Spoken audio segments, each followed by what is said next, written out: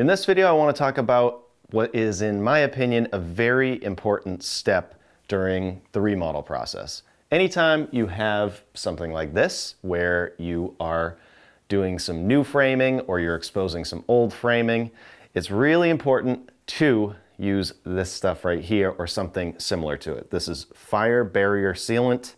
This one is 3M, not sponsored by 3M, but I do have to use a fire barrier sealant by code here in Massachusetts. I don't know about the rest of the country or the rest of the world, but I have to do it or this will not pass inspection. And where I have to use this is places like this.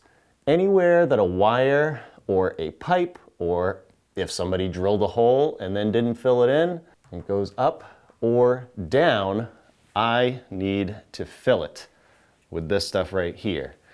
I don't have any going down, but I do have a bunch going up. These ones that go side to side, you don't have to fill these. The whole idea behind this is that fire and smoke rises during a fire, so this will help to prevent the spread of that smoke and that fire. It also will help with things like critters. It will not give them a very easy opportunity to get through a hole like that. But what happens when you apply this stuff, this comes in, this is, for instance, a caulking. It also comes in a spray foam. You can use whatever you want and whatever works for your code. If in the unfortunate event that there is a fire, this will actually expand. It will create a tight block from smoke and fire. So again, any hole going up or down should be filled with some type of fire barrier sealant, like this.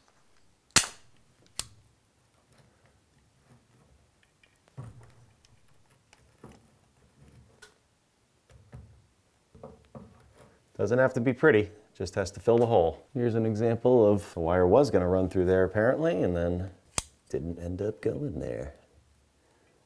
Right here, you could also just take a 2x4 and cover this hole up, but that's easy.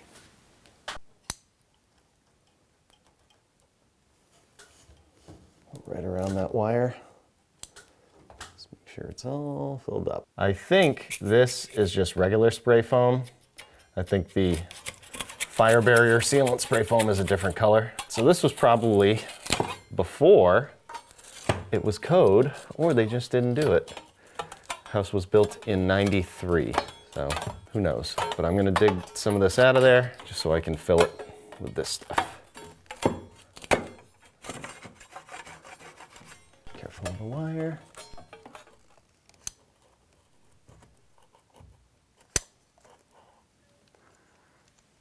So here's a good example of a place that this does not want to stick.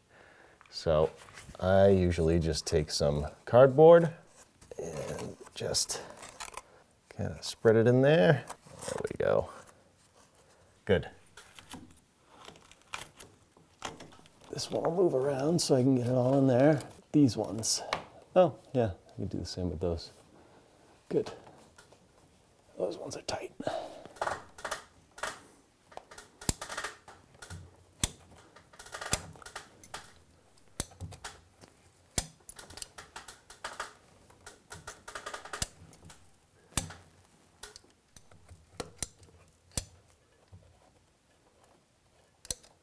So it's that easy, and from the research I've done, it does make a difference. And I like to leave my tube right here so that when the inspector comes here, at least they know I'm trying. And usually it's during the insulation inspection, so I'll leave a piece of insulation hanging down so they can see that. And again, I leave the tube right there. With this one, I don't need an insulation inspection, so I waited for the wiring to pass, so that way I didn't block up a hole that we needed to change a wire, just in case. So I have a frame inspection. I'm assuming he's gonna take a look at it then, before I put the drywall up. This step is something you're probably gonna wanna keep in mind. Hope the video helps. Thanks for watching.